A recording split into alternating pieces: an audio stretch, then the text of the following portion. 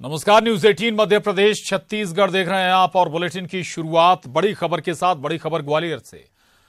ग्वालियर में जीवाजी विश्वविद्यालय में हंगामा हुआ है। एनएसयूआई और एबीवीपी के कार्यकर्ता आमने सामने आ गए। दोनों संगठनों के नेताओं में झड़प भी हुई है। कुलपति द्वारा एबीवीपी के पोस्टर विमोचन को लेकर विवाद हुआ। प्रदर्शन के दौरान छात्र नेताओं में मारपीट हो गई है। ये बड़ी खबर है ग्वालियर से, जहां जीवाजी विश्वविद्यालय में हंगामा हुआ है। एनएसयूआई और एबीवीपी के कार्यकर्ता आमने सामने आ गए। दोनों संगठनों के नेताओं में जमकर झड़प भी हुई है। इतना नहीं, कुलपति द्वारा एबीवीपी के पोस्टर विमोचन को लेकर यह विवाद सामने आया है।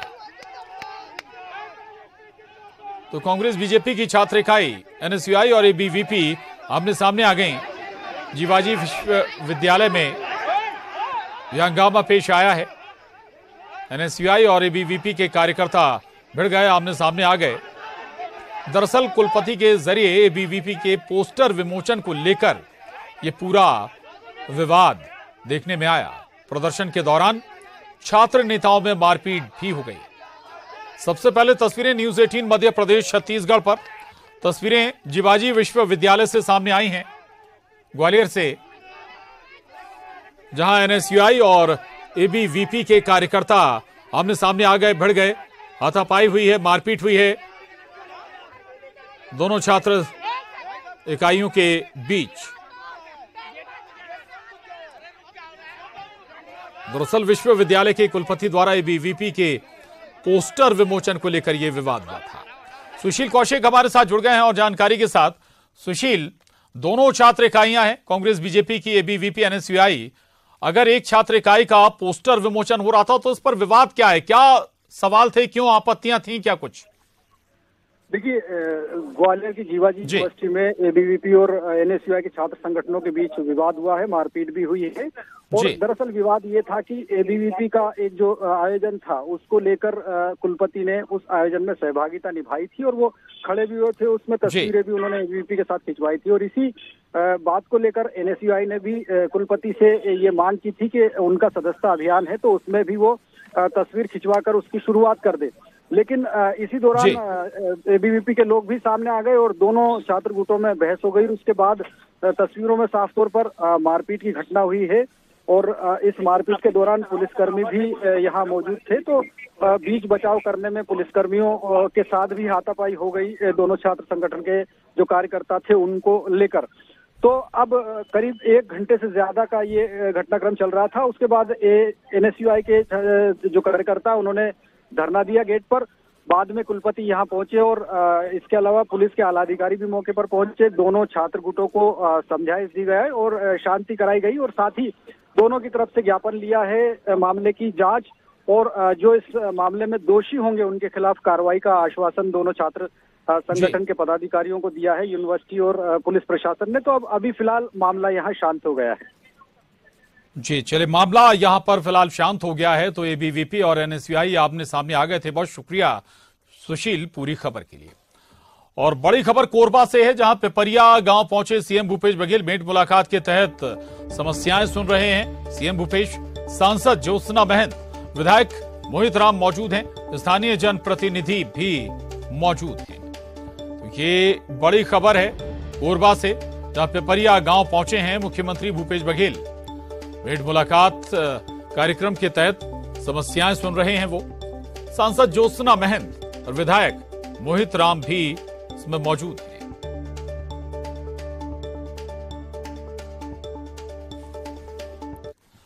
और रायपुर से बड़ी खबर, भारत और न्यूजीलैंड मैच पर बड़ी खबर है ये। मैच के दौरान पुख्ता सुरक्षा व्यवस्था रहेगी। मैच के दौरान 1000 पुलिसकर्मियों की तैनाती की गई है। बाहर से भी पुलिस बल बुलाए जाएंगे।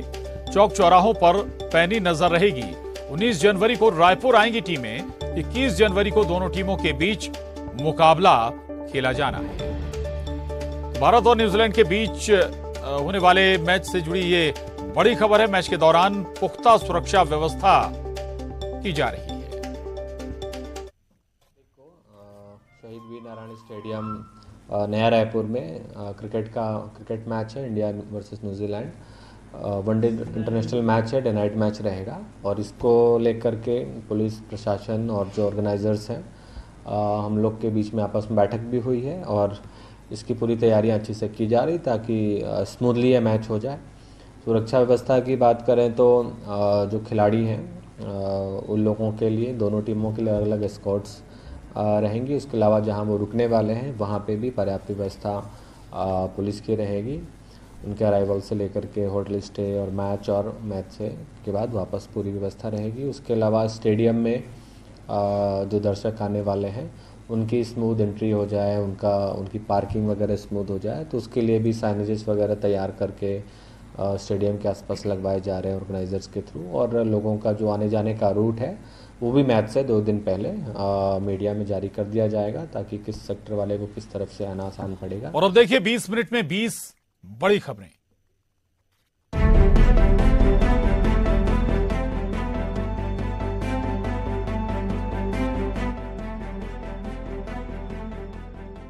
सीधी में सड़क किनारे खड़ी बस में आग लगने की तस्वीर सामने आई है। देखते ही देखते चंद मिनटों में बस जलकर खाक हो जाती है। बस से उठ रही आग की लपटों से साफ पता चल रहा है आग जलने की इस घटना में कुछ भी नहीं बचा। गनीमत रही कि हादसे के वक्त बस में कोई सवार नहीं था। मौके पर पहुंची फायर ब्रिगेड की टीम ने आग पर काबू पा लिया। फिलहाल पुलिस आग लगने के कारणों की जांच कर रही है।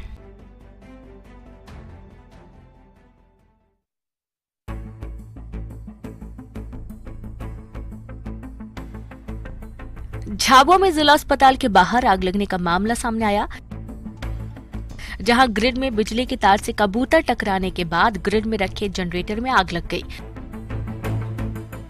आग लगने से अस्पताल में अफरा तफरी की स्थिति पैदा हो गई। कर्मचारियों ने मुस्तैदी दिखाते हुए समय रहते आग पर काबू पा लिया, जिससे किसी तरह की कोई हताहत होने की सूचना नहीं है।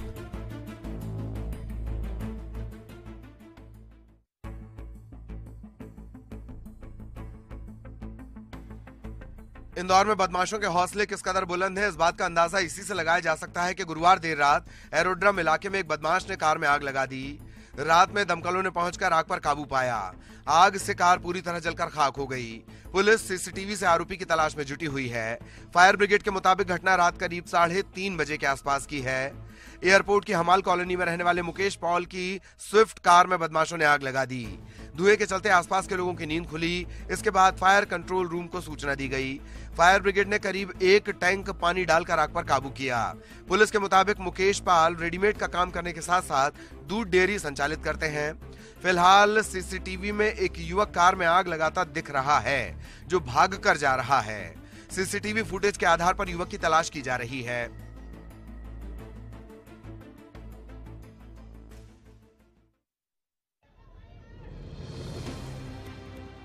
अंबिकापुर में दुकान से निकल रहा धुआं इलेक्ट्रिक बाइक शोरूम का है, जहां बीती रात अज्ञात कारणों से आग लग गई। चंद सेकंड में आग ने पूरे शोरूम को अपने आगोश में ले लिया। शोरूम के अंदर रखी महंगी इलेक्ट्रिक बाइक भी इसमें जलकर राख हो गई। आग लगने से लाखों का नुकसान हुआ है। शुरुआती जानकारी के मुताबिक शोरूम में आग शॉर्ट सर्किट से लगने की संभावना जताई जा रही है। फिलहाल मौके पर पहुंची फायर ब्रिगेड ने कड़ी मशक्कत के बाद आग पर काबू पाया। पुलिस ने मामला दर्ज कर जांच शुरू कर दी है।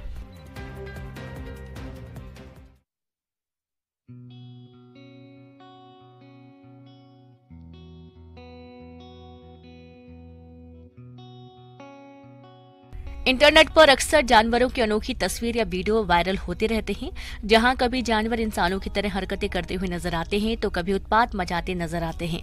ऐसा ही एक वीडियो सामने आया है बैतूल की मुल्ताई से, जहां बंदर बार बार मां ताप्ती की तस्वीर को अपने माथे से लगाता नजर आ रहा है। यहां तक कि श्रद्धालुओं को परेशान किए बिना प्रसाद के नारियल छील कर भी खाता है, जिसके बाद बंदर की भक्ति देखने लोगों का जमावड़ा लग जाता है। बंदर का मां की फोटो को माथे से लगाने और नारियल छीलकर खाने का वीडियो अब सोशल मीडिया पर वायरल हो रहा है।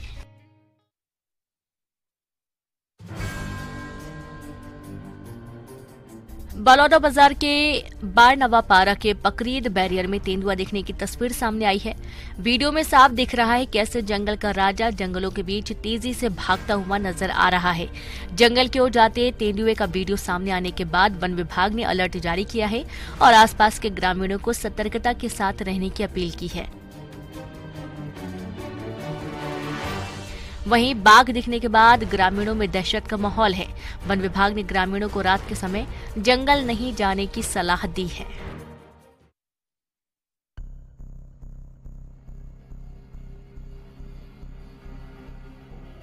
टीकमगढ़ में बदमाशों के हौसले इस कदर बुलंद हैं कि ना ही उन्हें पुलिस का खौफ है ना ही कानून का। खुलेआम गुंडागर्दी जारी है। आए दिन बदमाश अपनी दहशत फैलाने के लिए कभी खुलेआम फायरिंग करते हैं तो कभी चाकू से डराने की कोशिश करते हैं तो कभी बेल्ट डंडों से पिटाई करने के वीडियो सामने आते रहते हैं। ऐसा ही मामला सामने आया टीकमगढ़ के ढोंगा मैदान से। यहाँ कुछ बदमाशों ने एक छात्र की लात घूंसे और बेल्ट से पिटाई कर दी। मौके पर मौजूद लोगों ने बदमाशों को रोकने की कोशिश भी नहीं की। मौके पर मौजूद लोगों ने पिटाई का वीडियो बनाकर वायरल कर दिया।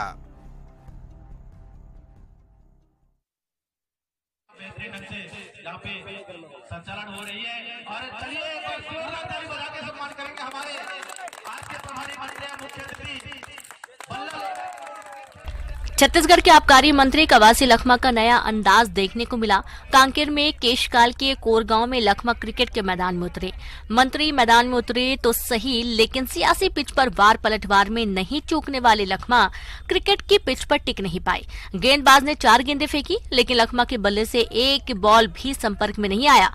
मंत्री का ये अंदाज खूब वायरल हो रहा है।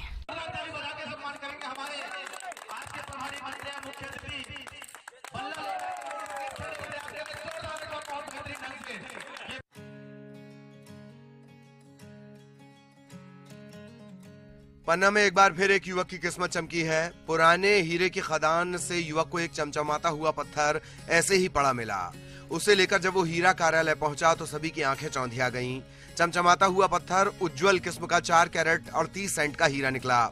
युवक ने हीरे को कार्यालय में जमा करवा दिया है और ये इस साल का पहला हीरा है जो हीरा कार्यालय में जमा किया गया है। हीरा विशेषज्ञ की माने तो हीरा उज्जवल क्वालिटी का है और इस बार हीरे की नीलामी में से रखा जाएगा। पुराना पन्ना रानीबाग के रहने वाले रुपेश कुशवाहा ने बताया कि उसने हीरा कार्यालय से पट्टा बनवाकर पट्टी उथली खदान इलाके में हीरे की खदान लगाई थी। हीरा मिलने से युवक की खुशी का ठिकाना न रहा। उसने बताया कि हीरा नीलामी के बाद जो रकम मिलेगी उस रकम से रोजगार के साधन बनाकर वो जीवन यापन करेगा, क्योंकि उसकी पारिवारिक स्थिति अच्छी नहीं है। घर का खर्च चलाना पन्ना जैसे शहर में मुश्किल हो रहा है। इधर विशेषज्ञों को उम्मीद है कि इसकी अच्छी कीमत उसे मिलेगी।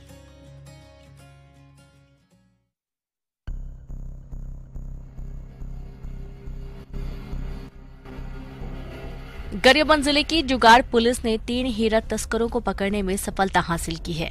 बताया जा रहा है कि हीरा तस्कर पर्यटक बनकर क्षेत्र में पहुंचे थे। हीरा खदान वाले गांव पायली खंड से 28 हीरा लेकर निकले थे। पुलिस को सूचना मिलते ही तीनों आरोपियों को घेराबंदी कर गिरफ्तार कर लिया गया।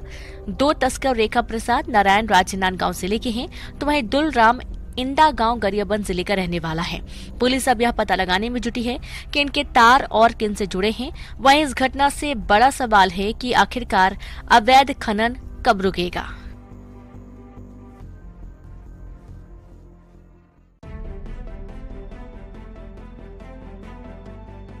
बैतूल नागपुर राष्ट्रीय राजमार्ग 47 पर मिलानपुर टोल प्लाजा के पास विस्फोटक सामग्री से भरा कंटेनर बेकाबू होकर पलट गया। इस हादसे में चालक घायल हो गया और कंटेनर में भरा विस्फोटक सामग्री के बक्स से बाहर गिर गए। सूचना मिलते ही बैतूल बाजार थाना पुलिस मौके पर पहुंची और बचाव कार्य शुरू किया गया। एहतियात के तौर पर कंटेनर के आसपास पुलिसकर्मियों को तैनात किया गया है। नागपुर की सोलर कंपनी से 600 पेटी विस्फोटक सामग्री इको पाउडर भरकर चालक गुजरात के भावनगर जा रहा था। बारूद के मिश्रण में इस पाउडर का इस्तेमाल होता है। रात करीब 2:30 बजे मिलानपुर टोल प्लाजा के पास कंटेनर अनियंत्रित होकर पलट गया। थाना प्रभारी खान ने बताया कि खतरे की कोई बात नहीं, क्योंकि इको पाउडर के साथ अन्य सामग्री मिलाकर ब्लास्टिंग के लिए विस्फोटक और डेटोनेटर तैयार किए जाते हैं। बॉक्स में भी इको पाउडर गीला रखा जाता है। कंटेनर के साथ ही एक अन्य वाहन भी सुरक्षा के लिए चल रहा था। कंटेनर पलटने की सूचना नागपुर में कंपनी को दे दी गई है और नागपुर से एक टीम मौके के लिए रवाना हुई है।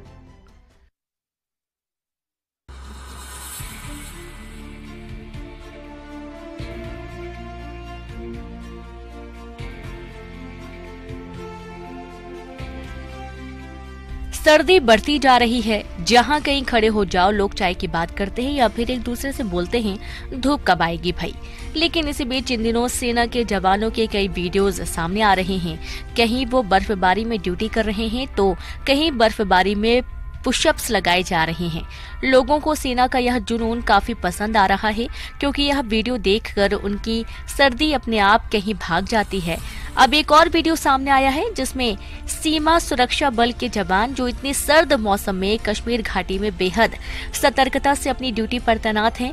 बीएसएफ के इन जवानों के लिए सर्दी हो, गर्मी हो या बरसात हो, हर मौसम ऐसे ही अपनी ड्यूटी पर तैनात होते हैं और आतंकी गतिविधियों और घुसपैठ पर नजर रखते हैं।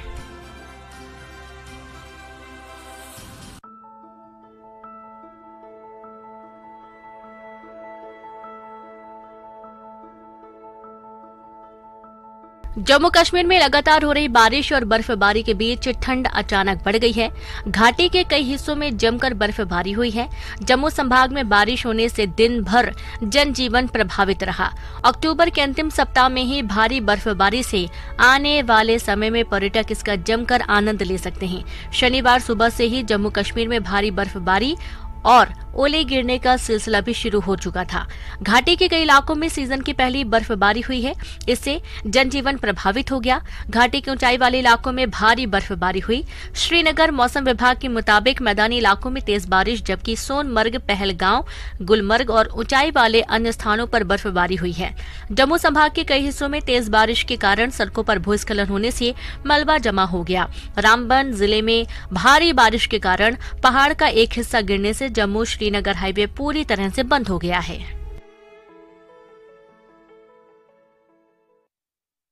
आपने कभी बर्फ से बनी मूर्तियां देखी हैं? नहीं ना? तो चलिए आज हम आपको दिखाएंगे ये मूर्तियां किसी नायाब नमूने से कम नहीं। इन तस्वीरों को देखिए, खूबसूरती की मिसाल है ना ये तस्वीरें। क्या नक्काशी है। ये गणेश की प्रतिमा बर्फ से बनी है। ये कश्मीर घाटी का नाव याद है? क्या नायाब तरीके से इसे तराशा गया है। यकीन करना मुश्किल है ना कि ये बर्फ से बनी है। इसे स्नो स्कल्पचर कहते हैं। इसे बनाया है कश्मीर के रहने वाले जहूर और उनकी टीम ने। बता दें कि यूएस स्नो स्कल्पचर प्रतियोगिता का आयोजन किया जाता है। इस प्रतियोगिता में भारत की तरफ से जहूर की टीम का चयन हुआ है। जहूर अपनी टीम कैलिस्टो के साथ भारत का प्रतिनिधित्व करेंगे। इससे पहले भी जहूर अपनी टीम के साथ 2014 में यूएसए में स्नो स्कल्पचर प्रतियोगिता का हिस्सा बन चुके हैं, जहां उन्हें बेहतरीन काम करने के लिए पुरस्कृत भी किया गया था। आसमान में हवा से बातें करने के लिए पतंगे तैयार हैं। बाजार सज गया है, खरीदार उमड़ने लगे हैं। तस्वीरें दौसा की हैं। तरह तरह की रंग बिरंगी पतंगे दुकानों पर बिकने लगी हैं। पिछले कुछ दिनों से दुकानों पर दिन भर पतंग और डोर खरीदने वालों की भीड़ देखने को मिल रही है। खास बात यह है कि महंगाई पर पतंगबाजी का शौक भारी है। पतंग व्यापारियों का कहना है कि करीब 30% महंगाई है। ऐसे में पतंग और डोर की खरीदारी करने वालों को 30% महंगाई का सामना करना पड़ रहा है। इसके बावजूद पतंगबाजों के उत्साह में कमी नहीं आ रही है। 25 से 30% लगभग महंगाई है इस समय। ग्राहक एक बार रेट सुन के चौंक जाता है। बाकी डिमांड में कोई कमी नहीं है। माल खूब बिक रहा है। लोगों में क्रेज वो का वो बना हुआ है। जो लोग संक्रांत पे पहले से ज्यादा आनंद ले रहे हैं।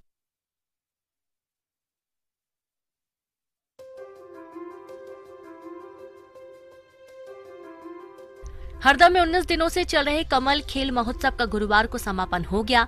कमल युवा खेल महोत्सव का रंगारंग समापन नेहरू स्टेडियम में हुआ। इसमें सारे गामा पाक की स्टार गायिका इशिता और शरद वर्मा ने सुरों के तार छेड़े।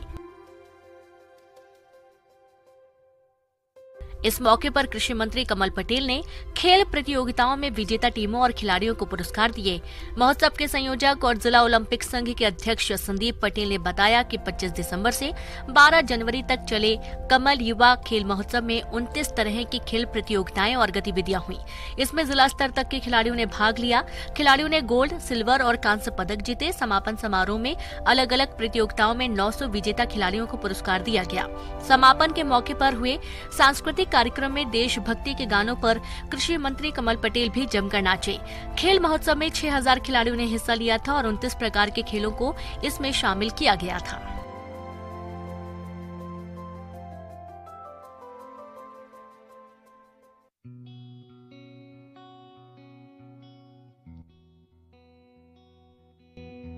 मध्य प्रदेश में मकर संक्रांति से सबसे लंबी अवधि तक चलने वाला नरसिंहपुर में ऐतिहासिक बरमान मेला शुरू हो चुका है। यह करीब 1 पखवाड़े तक चलेगा। गौरतलब है कि नर्मदा तट के मेलों में बरमान का मेला प्रदेश में अपना खास दर्जा है। धर्म, आस्था और मनोरंजन के साथ ही प्राचीन भारत के दर्शन भी यहाँ होते हैं। नरसिंहपुर में मकर संक्रांति से करीब 15 दिन तक चलने वाले बरमान मेले का शुभारंभ जिले के प्रभारी व प्रदेश के PWD मंत्री रामपाल सिंह ने किया। प्रदेश में अपनी अमिट पहचान रखने वाले बरमान के इस ऐतिहासिक मेले का आयोजन भगवान ब्रह्मा की तपोभूमि कहे जाने वाले ब्रह्मांड घाट में सैकड़ों सालों से किया जा रहा है। दूर दराज के कई जिलों के लोग इस मेले में पूजन स्नान के साथ साथ मनोरंजन और खरीदारी के लिए उमड़ते हैं। नर्मदा के इस किनारे पर लगने वाले भट्टे अपने जायके के लिए सारे प्रदेश में विख्यात हैं। यही वजह है कि यहाँ का सबसे जायकेदार भोजन भट्टे के भरते और बाटी है। वहीं मेले के शुभारंभ के साथ यहां भोजन और मनोरंजन का भी भरपूर लुत्फ उठाया गया।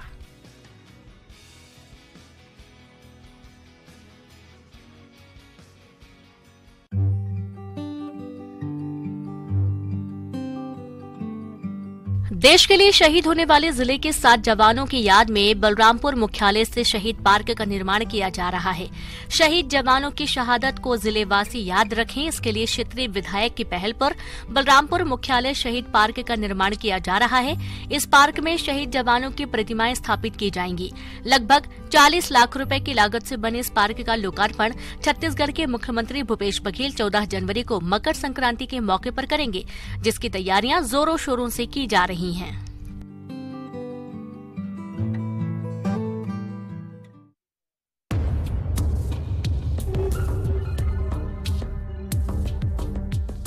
खबर बलौदाबाजार से, जहां अतिक्रमण लोगों के लिए बड़ी समस्या बनी हुई है। नगर के सबसे पुराने बाजार में दुकानें सजती हैं। यहाँ लोगों की भारी भीड़ उमड़ती है, लेकिन अतिक्रमण की वजह से उन्हें आने जाने में काफी तकलीफ का सामना करना पड़ता है। स्थानीय लोग बताते हैं कि कारोबारियों ने सड़क पर कब्जा जमा रखा है।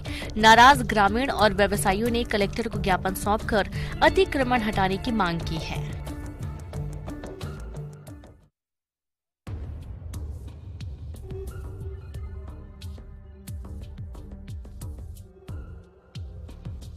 महाराष्ट्र के नासिक में सुबह भीषण सड़क हादसा हो गया। यहां एक तेज रफ्तार बस ट्रक से टकरा गई। इसमें 10 लोगों की मौत हो गई। पुलिस अधिकारियों ने बताया कि हादसे में कई लोग घायल भी हुए हैं। महाराष्ट्र के मुख्यमंत्री एकनाथ शिंदे ने नासिक शिरडी हाईवे पर हुए बस हादसे में लोगों की मौत पर शोक जताया है। मृतकों के परिजनों को 5-5 लाख रुपए की सहायता राशि देने की घोषणा की गई है। सीएम ने संबंधित अधिकारियों को घटना की जांच के आदेश भी दिए हैं। मिली जानकारी के मुताबिक हादसा सुबह करीब 7 बजे हुआ। बस ठाणे जिले के अंबरनाथ से शिरडी की तरफ जा रही थी। इसी दौरान नासिक की सिन्नार तहसील में पथारे के पास ट्रक से टक्कर हो गई। पुलिस ने बताया मृतकों में 7 महिलाएं, 2 बच्चे और 1 पुरुष शामिल है। घायलों को सिन्नार के स्थानीय अस्पताल में भर्ती करवाया गया है। अधिकारियों का कहना है कि घायलों में कुछ की हालत गंभीर बनी हुई है। ऐसे में हताहतों की संख्या बढ़ सकती है।